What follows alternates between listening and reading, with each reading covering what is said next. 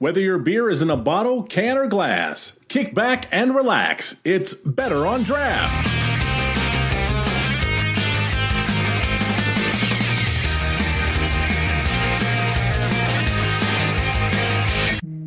Welcome, everybody, to episode 315 of the Better on Draft podcast. My name is Ken. Thank you so much for joining us. I appreciate it. We are here live in our virtual studios. I'm here with a couple of my co-hosts, starting with Wendy. Wendy, what are you drinking over there? I have an Alchemist Crusher, and not to be outdone by my fellow hosts, I think I will follow that up with a Focal Banger. And Dan, what about you? So went back to the old usual because I'm doing some things right now. So I've got the vodka soda, but this one looked good enough that I do have to make an exception. I've got a luscious Imperial Stout. Drinking those high gravity beers at, is it 4 p.m. over there for you? It's 4 p.m. Well, for me, I have got from the Alchemist a nice can of Dark, as well as a can of the Skadoosh, which we'll be talking about later. But if you guys couldn't tell, it's been a minute since we've had basically everyone drinking the same brewery's beer. Today, we have the Alchemist in our studio. Why don't you guys introduce yourself, tell us who you are, and what you guys do at the Alchemist. Thanks for having us. I'm Jen Kimmich. I am the co-founder, co-owner of the Alchemist. Call myself CEO, but John and I really work side by side in the office here, overseeing everything at this point. Yeah. I'm John Kimmich, co-owner, head brewer at the Alchemists. And importantly, what are you drinking? Jen's drinking her go-to everyday beer, Focal Banger. And I'm starting with the Donovan's Red. What is the Donovan's Red? That's not one of the beers you sent us. No, I couldn't send you all. That's I had to choose all right. 6 to send you.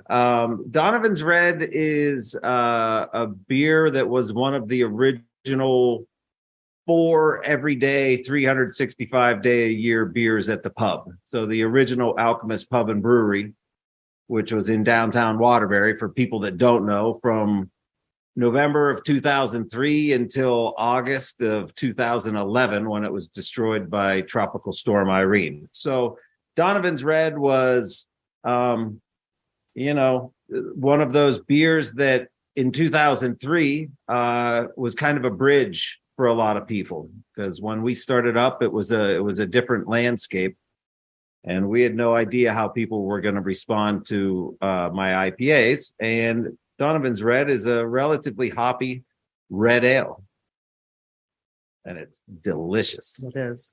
Well, I was actually on your web or your YouTube page earlier today, and if you guys go to the Alchemist Beers YouTube page, you could see a lot of beer reviews, including introductions into, I guess you would call it the Skadoosh series, which talks about all the beers. So what version of Skadoosh do we have here, and what can you tell us about it? Well, what we sent you, so that was packaged Wednesday morning. Today is Friday. So that is Skadoosh 83, extremely young, super fresh. That is, so for the last 4 iterations of Skadoosh, I've been playing around with a new hop out of Willamette Valley in Oregon. Our friends Ben and Cindy of B&D Hop Farms, they are one of, I think, 4 or 5 local hop growers that I forget the name of their organization. I should remember it. But they are developing varieties that thrive in their specific climate. So they're trying to find something that's unique, that is for them, that's disease resistant, high yield, and awesome. And one of the first 2 that they've come out is this hop called 2B. So it hasn't really been named yet. It's still got that number and letter classification. And so I've been pairing that up with different varieties throughout these last 4 Skadoosh, just to see what does 2B love and what does it not love. And we're narrowing it down. So that one is Mosaic in 2B. Before the show, we were talking and I was telling you that I'm not a big fan of IPAs, and you said it's because you don't drink our IPAs or the IPAs from New England, I think. And I have to tell you what, this beer is extremely, for someone who's not a big fan of the piney, the bitter, the punch you in the face beer, like I'm getting all, some type of fruit in there, a little bit of pine, delicious. I actually love it. Dan, you would like this too, so I think you should definitely drink this while it's fresh. Okay. For sure. Well, yeah, that Skadoosh in particular, that 83, Mosaic is a hit because of what it is, but there's something about it. I don't think it's the best friend with 2B. It's nice in there, but it just kind of buries 2B, and it's hard. They don't really work well. That Mosaic just is dominating it. There have been some others that were much more successful, but that's still a delicious beer. Well, I feel like you wouldn't put it out if it wasn't up to your standards for sure. So go check out their YouTube page, where you could see a little bit of history of some of the beers that they have created. Jen, I wanted to bring you into the conversation because I actually was extremely enamored with one of your talks that you did during the Female Founder Speaker Series. And one thing that really struck my mind is that you said you made a commitment to your community and your employees early on, which in the restaurant industry, even in the brewery industry, turnover is extremely high. It's just natural for the industry. What were those commitments that you were making at that time for your staff and your community? And what are you kind of doing today in 2023? Gosh, well, over the course of 20 years, what we've done is certainly evolved and expanded. I can say early on, we really were broke when we opened the Alchemist. We had spent all of our money opening this place. We found out we were pregnant the day after we opened. But right away, we were successful. We knew if we worked hard and made the best food we can, and John was making his great beer, that we'd be successful. And we were, strumming along. And as soon as we could afford it, we got ourselves health insurance. And then we started to add on employees. We would do little things. But the focus was always professionalizing jobs, especially service industry jobs that just hadn't been professionalized before. So as soon as we could, we got our dishwashers and our prep cooks on salary. We gave people paid time off. And we really invested in our employees. Today, we do so much more. We have a full-time wellness director. We have acupuncture here at the Alchemist. We have, stocked kitchens. We do so much. We have 401k, health insurance. But I think what matters is every business, you start out small and you do what you can do. And you put your best foot forward. And, that's the same thing we did with our community. Early on, we couldn't make big donations, but we always welcomed groups in. We always provided a safe space for everyone. And, those early investments are really what got us through some really tough times, from, the financial disaster of the tens to, the flood that we experienced in 2011. And then most recently during COVID, it's these investments that we made that really made us more resilient and easier to spin and make changes when we needed to and get through tough times. And I have one really good example of that. One of the investments that we made towards our environmental initiatives was just shortly before COVID, and that was installing a CO2 reclamation system. We all know that, breweries were struggling to get CO2 during COVID. We heard of local breweries shutting down. We didn't have to worry about that. So it's those kind of investments in the environment and the community and your staff that really make you strong when times are tough. Yeah, and that CO2 reclamation, that was that first was conceived by our desire to do something with the greenhouse gas that our fermenters were producing every week. So it's just kind of crazy for all the environmental things we do. And here we are, jacking CO2 into the atmosphere. So that was like the big motivator, but it was the foresight of the first rumors of CO2 being an issue. So it was that connection of environmental drive being combined with good business sense, which was, how can we protect ourselves when there are shortages? Yeah. And, today we take such great pride in the fact that we're a certified B Corp. And not only us, but our entire team takes such great pride in it. And, we have business owners, brewery owners ask us all the time, do you make your money back from environmental work, from investing in your employees? And we say, it's not about the money. We don't do this because we're good people. It's good for the bottom line.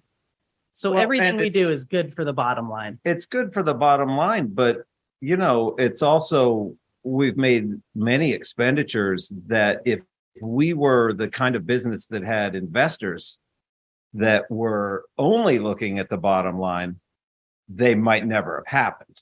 There's the other side of Jen's statement, which is we see the value in what we call the right thing to do, and we stick to it. And a lot of businesses would be like, we can't afford to do that. Well, it's like, well, sure, you can. It's going to hurt a little more. It's going to take you longer to pay it off. But if you're doing something because you think it's the right thing to do, generally it becomes, it is the wise business decision, because generally those two things kind of go together, Reinvesting in your people, in your business, worrying about your environmental impact, those end up paying off. I mean, we all see it as time marches on. Well, I spent a lot of time perusing through your website and going over all of those, your mission statement and all the things you've been talking about. And I was really impressed because the more I researched, the more I realized that it wasn't just something you threw up on the website. It's actually, you're living by that. And I was really impressed by that. So I'm going to fangirl a little bit over it. I'm a volunteer at heart, so I love all the stuff that you do for your community. One thing is that it's not like Vermont is really known for its diversity. How difficult has it been to make diversity, inclusion, and inclusivity a focus of your business? Yeah. Well, I think Vermont is a very white state, but like every state in the country, it's changing quickly. But we also live in a resort town. So we have people from all over the world come here. So, with our anti-racist plan, one of the things that we're focused on is just building a more welcoming community. It's not about politics. It's not about anything other than making people feel welcome. And that's what we're really focused on. We're investing in music events, arts, things that just provide exposure. And we're really excited about that. And then we also do partner with Black organizations in Vermont too, to help build a more inclusive Vermont. So, no matter how white or how Black a state is, you can still work towards inclusivity. There are all sorts of things you can do, and we're committed to that. And I feel like sometimes people hear a statistic like that Vermont's the whitest state in the union. And, statistically, it probably, believe it still is.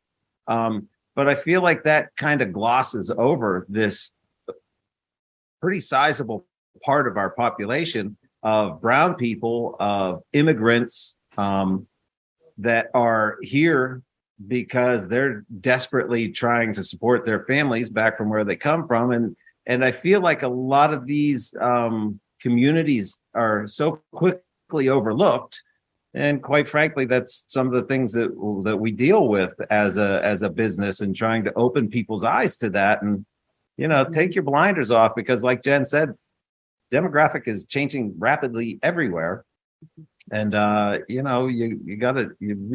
is difficult, and boy, everybody deserves to be welcome. So yeah, absolutely. And as far as our workplace policies go and building a more inclusive workplace, for us, we've always focused on a diverse workplace and not so much color of skin, because that is really hard in Vermont. So we have a lot of people of different intellectual abilities, people on the spectrum. We have people in wheelchairs, All ranges of education. All ranges of education, socioeconomic backgrounds. You don't have to have a college degree to work here. We have a lot of employees that don't have high school degrees, and we provide training. So that's kind of how we think about diversity here. So the next question that I have is kind of personal, I guess. One of the things that I kind of focus on is weird laws in different states.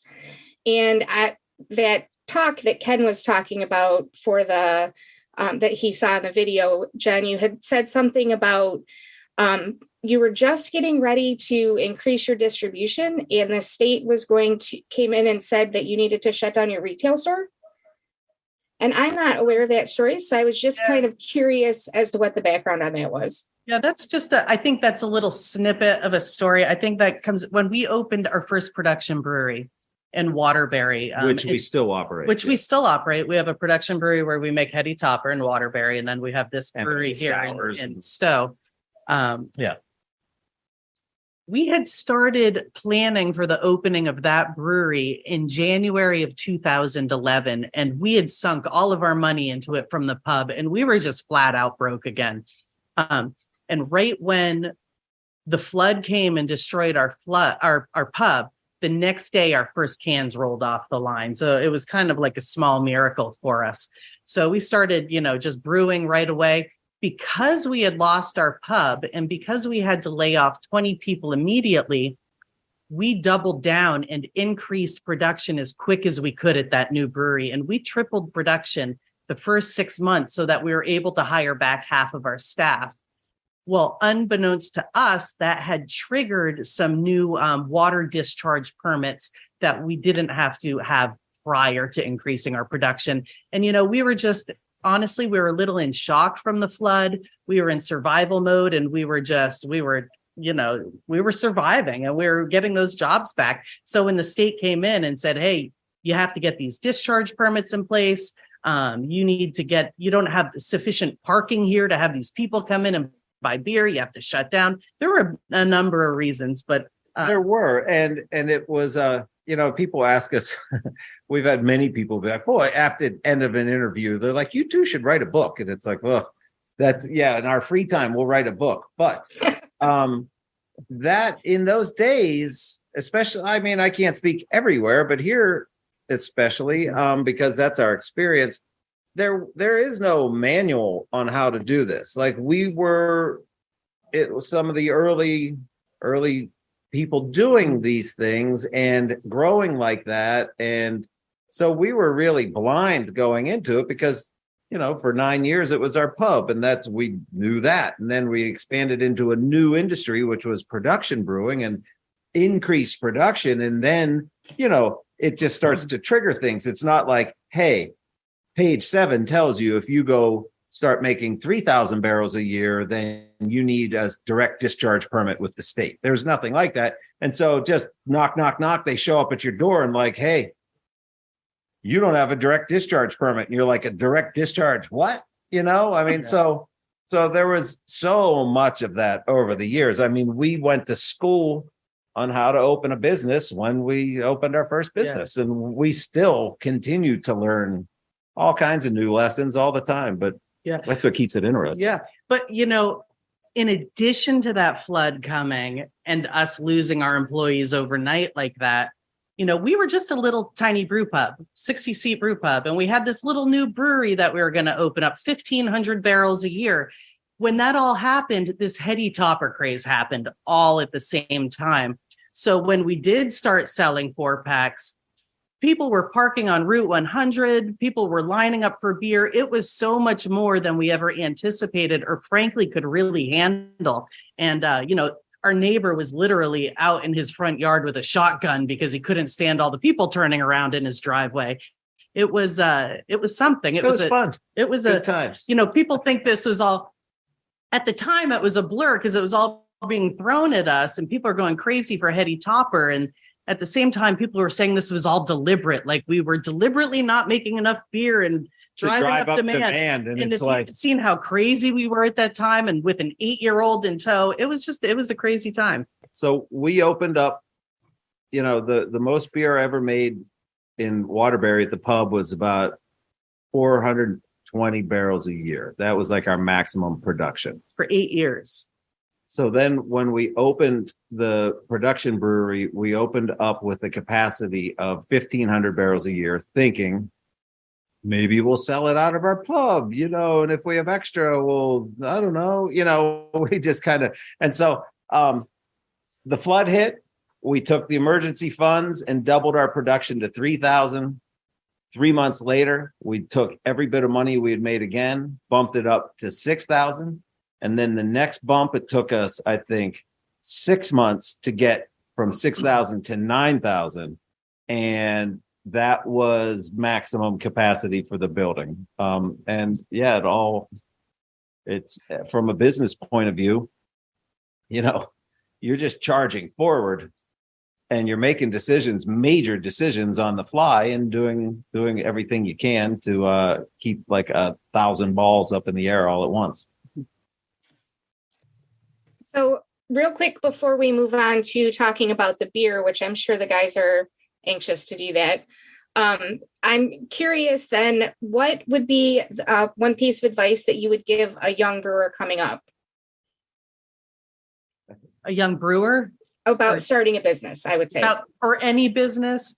I think, what we always say is work lots of jobs, work for whatever business you want to get in, work jobs in that field, see how to do things and not how to do things, work every job hard and do it as well as you can. And, when you do your projections and you really think about your business and you put your projections out and you do your pro formas and you're figuring out how much money you're going to make, don't shoot for the moon. I mean, plan for a rainy day, put those slow days in, plan to sell not as much beer or whatever you're making as you think you're going to, because you really need to have a break even that's achievable. We just see so many businesses go out of business. They think they, are going to make so much beer and they're going to sell so much. And for us, it's been a really slow journey. We've taken our time and, it's been worth it. And yeah, my addition to that answer would be, and it's crazy. It's crazy when things like this start coming out of my mouth because I'm 51, which is a total mind fuck. But I still feel like I'm 22, and so what I've witnessed over the years and in the last 15 years, I see a lot of entrepreneurial young people, which is really cool. Because now in college, entrepreneurship is a thing. When I was in college, I took some small business classes, but it was very corporately oriented. It wasn't like it is now. I see the mistake that a lot of young people make is they think they're going to smash it out of the park when they're 24. Maybe some of them do, but by and large, your 20s are when you should just, like Jen said, just work, just shut up and work 2 jobs at a time. You should be working your brains out and don't float job to job necessarily, because even a shitty job has a tremendous amount to teach you. People underestimate what you can learn from a bad boss and a bad situation, because you learn what you don't want to do if you ever are in that position. And we had good bosses and we had bad bosses over the year, and you learn from all of them. And Jen was 30, I was 31 when we were able to finally scrap together funding and equipment and used equipment and a location and open that pub and brewery. I think a lot of times people just want it too quick. Yeah. And they're not willing to sacrifice. Like literally, here we are. We own 2 production breweries. We are certainly very successful in the world of craft beer, but we have no investors. We have no other owners, no outside interest, because every time we did something, we went for it. It was very pragmatic. It was very thoughtful and planned out, but we put everything on the line. When we started that pub, we signed away the meager things that we had gathered at that point. When we started the production brewery in Waterbury, We signed over everything, the pub, everything we had built for 9 years. We put it all on the line again. When we built this place in Stowe, we leveraged that Waterbury brewery. So here we are now with the beautiful position of being able to mold our business in whatever way we see fit. There's nobody influencing our business, just us. And that takes sacrifice and hard work and time. It's awesome. Dan? All right. So, John, first off, thank you. This is an amazing beer. I'm drinking this Luscious right now. That's a favorite. Very good. It doesn't taste like it's 9.2. I wish I had more. So just so the afternoon it's here. gone already? No, it's about 2/3 gone though. Yeah. So I wish I had more. Anyways, so you are known as the creator of the New England IPA. One of the beers that I hate more than anything in life. Sorry, I hate to say it, but it's true. Ken's not far behind me. What are your opinions about the New England IPA scene today? Because when it comes to Heady Topper, and Ken can tell me what episode we tried it on, it's probably in the single digits, maybe the really low double digits. We had a former host bring a can on. Both of us were kind of like, there's not really much to it. When people at the time, especially, that would have been around 2015, were losing their minds. So it's not really a beer I consider a New England IPA, but what do you think about the current New England IPA situation? I mean, everyone has like 9 of them, it feels like, and a lot of them are basically like orange juice, in my opinion. Just talk to us about your views on that, if you could. Sure, but I could probably fill 3 hours of time talking. Oh boy. When I first started professionally brewing, mid-90s at the Vermont Pub and Brewery, learning my craft from our departed friend Greg Noonan, and learning how to properly brew beer, that groundwork. That is when he trusted me to give me a bit of free reign. That's when I really started pushing things there and pushing the boundaries and seeing what our customers would gravitate toward. And I knew what my taste gravitated toward, and I wanted to see if other people agreed with me. Throughout the many years, that has proven to be true for certain. So when, as Heady Topper, when I first crafted the first beers that were available at the pub, Holy Cow IPA was one of them. And that was kind of the first shot across the bow to see what people were going to be ready for. 5% IPA. I didn't want to go nuts, at the time in those years. I mean, that was what people kind of expected around here. But it was certainly more bold and hop forward than anything available. When I saw how that was received, that was kind of like immediately like, all right, the gloves are off. I can basically do anything I want. So about 6 weeks later, Heady Topper made its debut at the pub. One of the stories I like to tell a lot about that is we had a regular we still are friends with him. He only drank screwdrivers when he came to the Alchemist. For the first 8 weeks we were open. Other beer, he was like, no, I don't know, Vermonter. And Heady Topper was the one. Heady Topper turned him into a beer drinker, and he never really looked back at those cocktails. So we recognized that ability to present the public's palates with something very different from what they expected, and that they were embracing our ideas of what these beers should taste like. So in those early years of brewing it, if you go back, and you could probably still go through the archives on a place like Beer Advocate, which was like the first place where people were really putting public reviews up on there. And they had 5 criteria, and one of them was appearance. Consistently, Heady Topper would get like 1s on appearance, and then 4s, 5s, everything else on all the other things.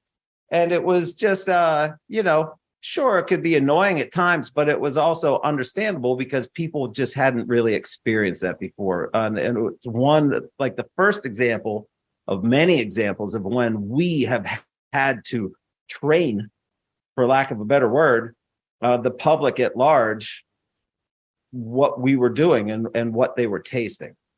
So, people would just tear Heady Topper apart, say, oh, it looks terrible, so hazy. And we would just laugh and be like, okay, whatever, you're missing out, because we knew. And so in those early years, we would enter Heady into Great American Beer Festival, and it would get tossed out right away all the time because it was hazy. It seems like overnight, the switch flipped. We started packaging Heady Topper, and for the very first time, you were able to take our beer to go someplace else. So you didn't have to come and sit at the bar or in our restaurant to get our beer. That was the first time ever. We never did growlers. We never did to-go beer, nothing. So it was almost overnight that brewers that had been coming for years into our pub and being influenced by the beers that I was brewing, they take that, and of course, the natural instinct of any young brewer or old brewer is like, oh, well, if they're doing this, more is better. And so they started veering off in a different direction. There is another very excellent brewer that started specifically making their beers softer, leaning into calcium chloride to soften the palate of the IPA.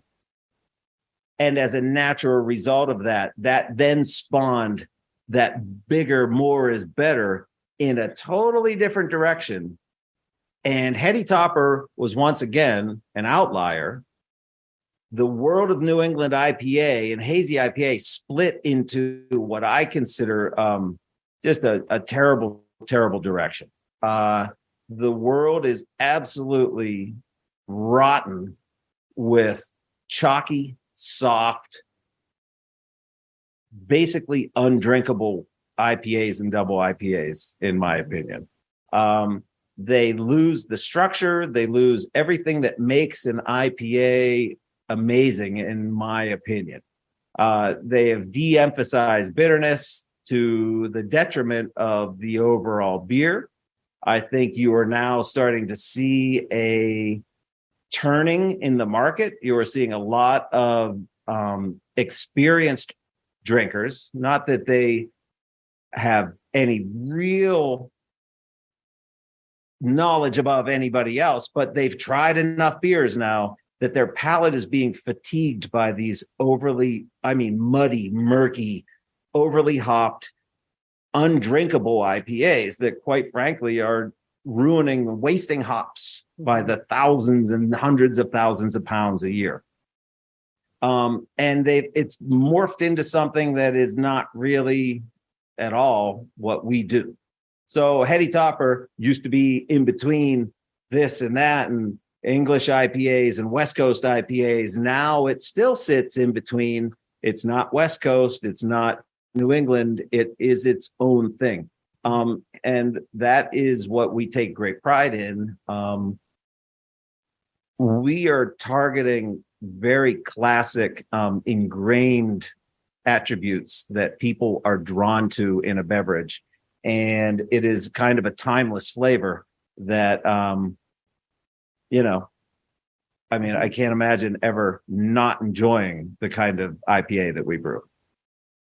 It literally was overnight where people were saying, why is this beer so hazy, to why isn't it hazier? Why aren't it not hazy enough? Why it's not hazy enough? And really, people thought that we were doing something intentional with the beer. Never. It was just a natural hop haze, and then people started throwing everything in their beer to make it hazy. Well, sure.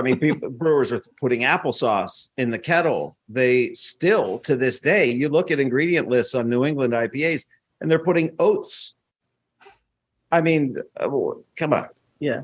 And you said earlier that you really hate IPA, or you don't like IPA, you don't care for it. And then you drank the Skadoosh and you said, this is actually okay. That was me. That was Ken. That was Ken. Right. You said, this is actually okay. But so I said I don't like New England IPAs. I don't mind a West Coast. So right. Point taken. But and none of our beers are soft and chalky. They all have that good mineral backbone, that just, the crisp finish. And that's what quite often makes West Coast IPAs a delight to drink at times. Again, not all are created equal, but when you're drinking an excellent West Coast IPA, it's got all that structure that presents those hops to your palate and makes it a pleasant experience. Quite often, you shouldn't taste a beer and then it just goes poof in your mouth and then plummets down the back of your throat with astringency and tastes like you just chewed up Tums and baby aspirin. And the coating of the tongue and the residual sugar. Yeah, I agree with you, but thank you very much for that. That was a great explanation about all of that. Just want to pivot a little bit. Again, go into one of your non-IPAs here, such as a stout. I noticed you have done some barrel aging in the past. One thing that caught my eye is you did a port barrel-aged milk stout. First off, if you can remember or have details about that, tell us about how that came about, and tell us about your barrel aging program in general, if you could. Well, it's interesting, too, because, we've had such a strange trajectory. When, for 9 years at the pub, I had 12 different beers on tap every day, cask conditioned through imperial stouts, sours, lagers. I mean, you name it. And so overnight, people went from that to us only having Heady Topper for well over a year. And it was amazing that coincided with the explosion of the ability to access Heady Topper. And so all these new people were trying Alchemist beer. And how many of them, as we started releasing other beers, they're like, oh, we didn't know you made anything other than Heady Topper. And it showed us just how short people's memories are and how quickly you move into a new era of customers. You have customers now.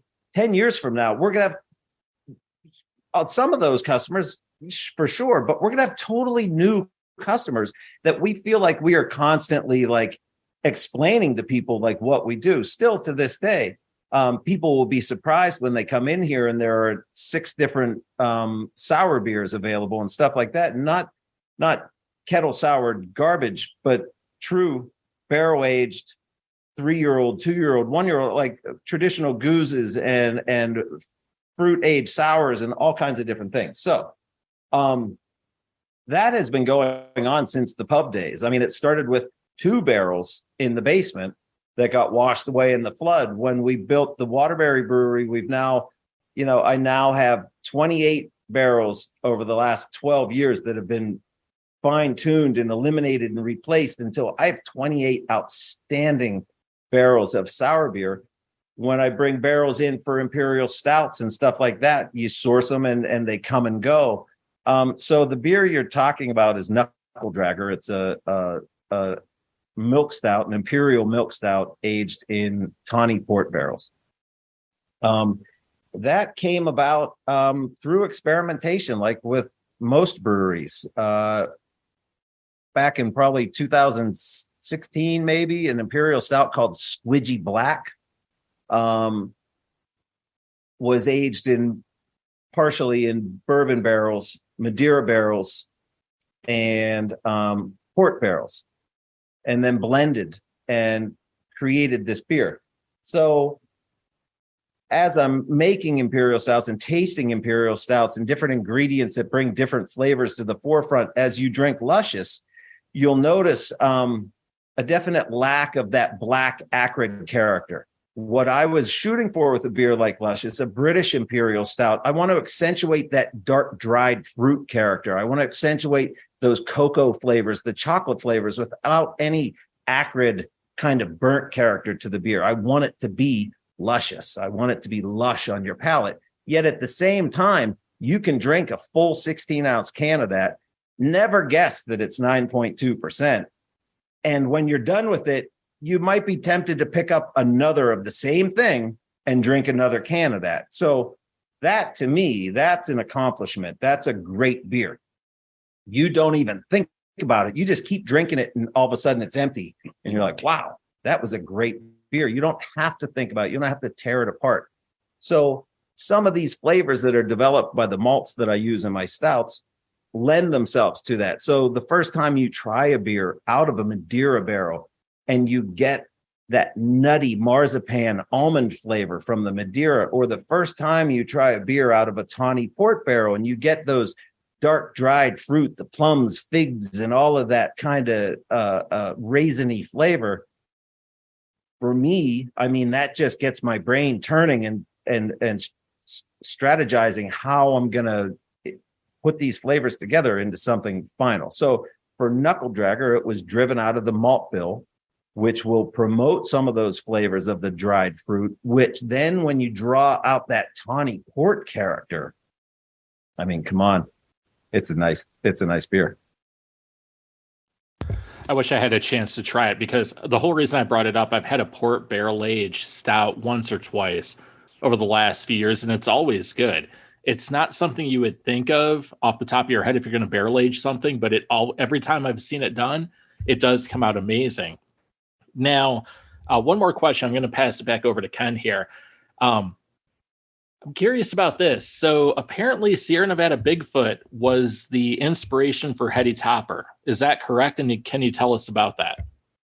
It's funny how things get taken out of context, isn't it? Oh, boy. That was about maybe a year ago. I forget who it was that reached out, some magazine, and they wanted to know a classic beer that's still around that has history that I have an attachment to. And yeah, Bigfoot was distinct for me in my path to being a brewer because of the first time I had it. So I was living in Pittsburgh. I graduated Penn State with a business degree. I was working at a homebrew shop, just saving money so I could move and get the hell out of Dodge. If I had enough money to buy craft beer, I would go down to the local beer distributor. And this is 1990, 91, 92 in there. And, there weren't a ton of choices. And there were some great Pittsburgh craft beers, Penn Brewery, some other neat little things. But Sierra Nevada, to get your hands on that was a big deal. And of course, Pale Ale was around, but I used to be able to get cases of Sierra Nevada Porter with those blue labels. And it was just, there was something about that beer that just lit me up. I loved it. And so one night we're out with friends. I was out with friends and we were, we're pretty loaded. And we went into this bar and I was extremely thirsty and I needed something quenching. And I saw Sierra Nevada. I'd never heard of Bigfoot, but I was like, yeah, sure, I'll try Sierra Nevada Bigfoot. I had no idea what I was getting. I think I was still in college at this time because I hadn't been working at the homebrew shop yet. I took I am so high and thirsty, I need a cold, refreshing beer kind of chug of a Bigfoot. And then I came up for air and was just like, oh my God, what the hell? And I actually gave it to the guy that was sitting at the bar. I was like, this is not the beer I thought I was getting. But it left a mark on me. So I went back when I was sober a day or two later and I got a pour of it. And that was a moment that really changed what I could even think that a hoppy beer was. I mean, when I was in college, a hoppy beer was going to get Bass Ale, which if you've had a Bass Ale in the last 20 years, they like wave hops over top of it compared to IPAs nowadays. So when I tried that Bigfoot, it was a punch to the brain and locked in my brain like, wow, the flavors that are possible with a hoppy and big and malty strong beer like that. So absolutely. Was that an inspiration for Heady Topper? I mean, there were a lot of things that were an inspiration for Heady Topper, but that was a pivotal moment of like the first real wow moment with a hoppy, bold beer. And of course, it came out of California, you know? Mhm. And then Celebration, oh my gosh, They're always winner- so oh. excited. And we just had Celebration recently, and it was still really Sure. good. And I have other memories of when I was at the Seven Barrel Brewery. This was 1994, maybe. I was waiting tables and I was working for free with the brewer. Our late friend Paul White was the head brewer.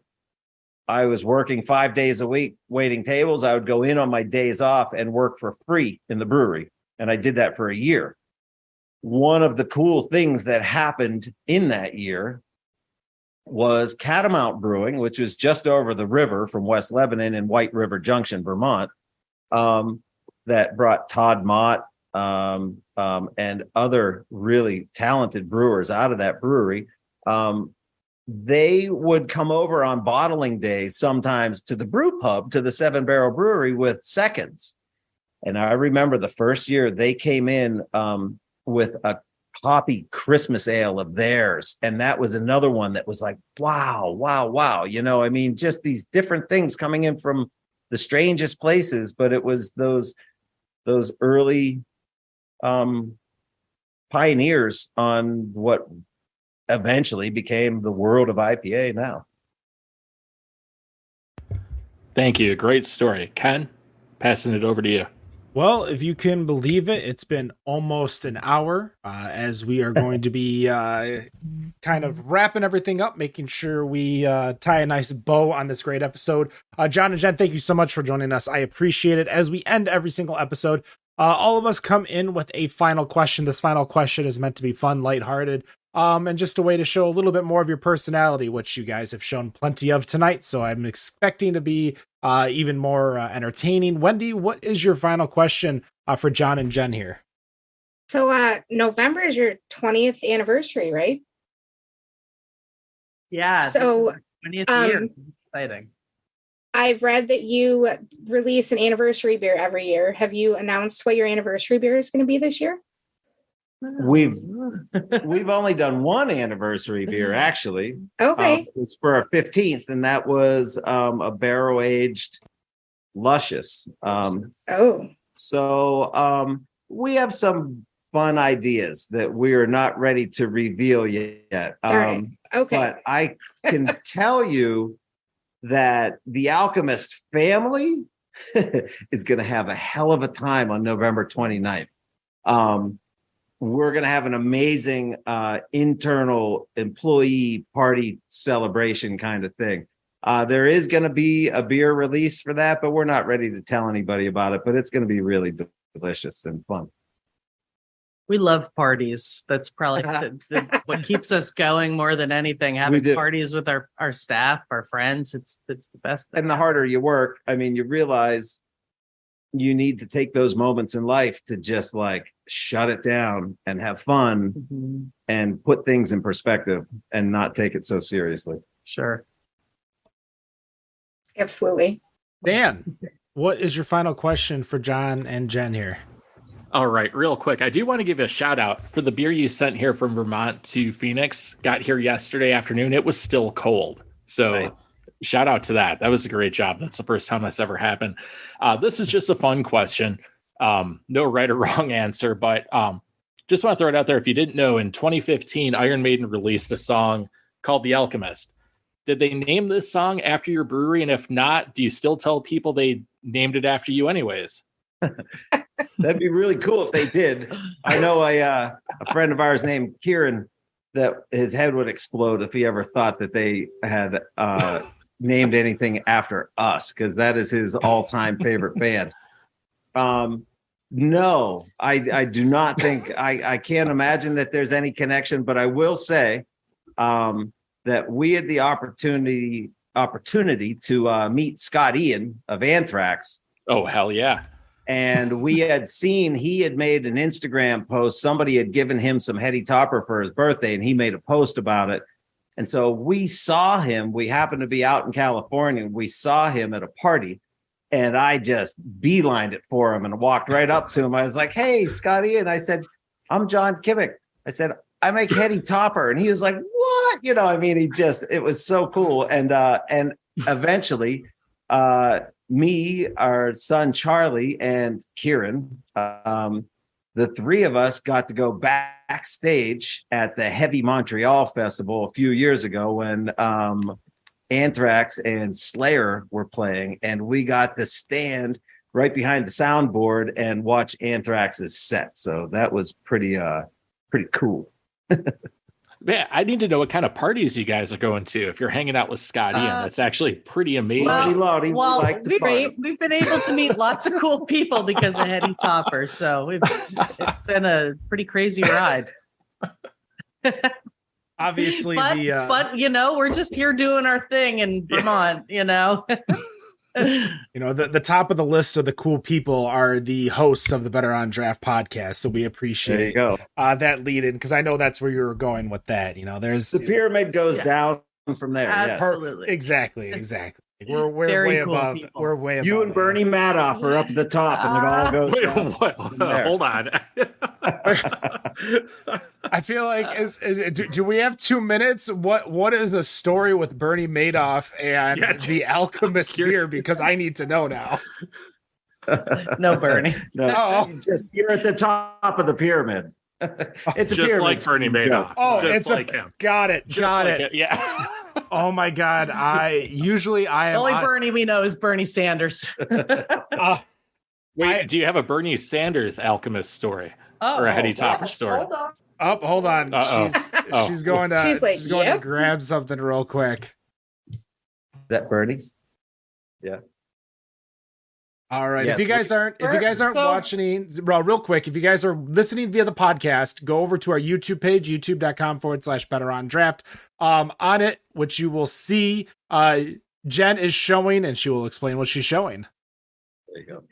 Bernie Sanders recognized us, and we are in the congressional record in Washington, D.C. Yeah. So pretty cool for our leadership championing workers' rights. Paid sick leave and paid family leave. Thank you, Bernie. It's pretty incredible. And one of the cool things about living in a state the size of Vermont is that you can actually access your elected officials in an amazing level. So it's really cool. Yeah. All right. My final question is, a little bit fun. While you are in the brew house, what kind of music's playing? What's going on the loudspeakers while you guys are brewing beer over there in Vermont? That depends. That's a tricky tug and pull at the Alchemist. The Waterbury Brewery is wired for sound, and so there's constant battles over the music. Some days I go in there and I'm ashamed of what's playing on those speakers, but other days it's okay and it's to my liking. Here in Stowe, we kind of eliminated that because really, it's my opinion, when you're in the act of brewing, your first line of defense is your ears. So if a pump sounds wrong or if a gas valve sounds wrong, these things, you need to kind of be in tune with things. In my younger years, I used to, of course, blast heavy, angry music and a lot of Howard Stern. I found Howard was a much more suitable thing because it's more of a reasonable conversation in the room and you're still in tune with your things.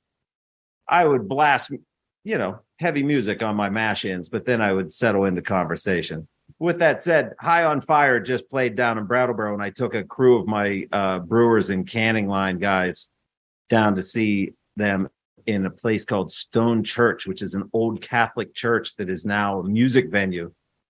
And as somebody that barely escaped being raised Catholic, it was pretty cool sitting in the front row of the balcony watching Matt Pike and High on Fire tear the roof off the place. So it was pretty cool. Well, I guess I'll reword the question a little bit. Just for you two, I should say, because you mentioned that you guys were in basically the entire industry, restaurant, beer, you're in the kitchen. I've been in plenty of kitchens before, and I've heard everything from NWA to Taylor Swift, from the heaviest of rock where you can't even understand what they're screaming, to BB King. What are you listening to when you're in the kitchen?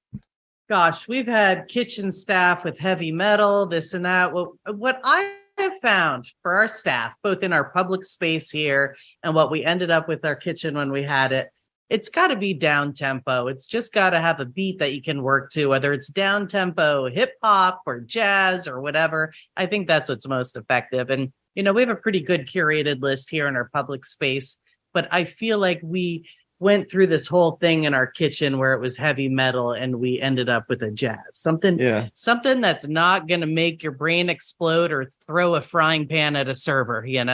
I will say, Jen and I see a ton of live music all the time. It's one of our passions. Our new most favorite artist, Mono Neon. If you don't know him, look him up because he's from another galaxy. I'm convinced. All right, well, that is going to do it. Episode 315 in the books of the Better on Draft podcast. John and Jen, Alchemist beer. Obviously, they can get it at the breweries. Any distro, anywhere not brewery that they can get your guys' beer? I know not in Michigan, but... Yeah, absolutely. No. We distribute all through the state of Vermont, Heady Topper and Focal Banger. And then we do seasonal drops in some other key areas, New York City, California. We have a few spots, Philadelphia, New Jersey, Philadelphia. We do a few throughout the year. So we drop and it's fresh and it goes within a week. We're not like keeping it on shelves.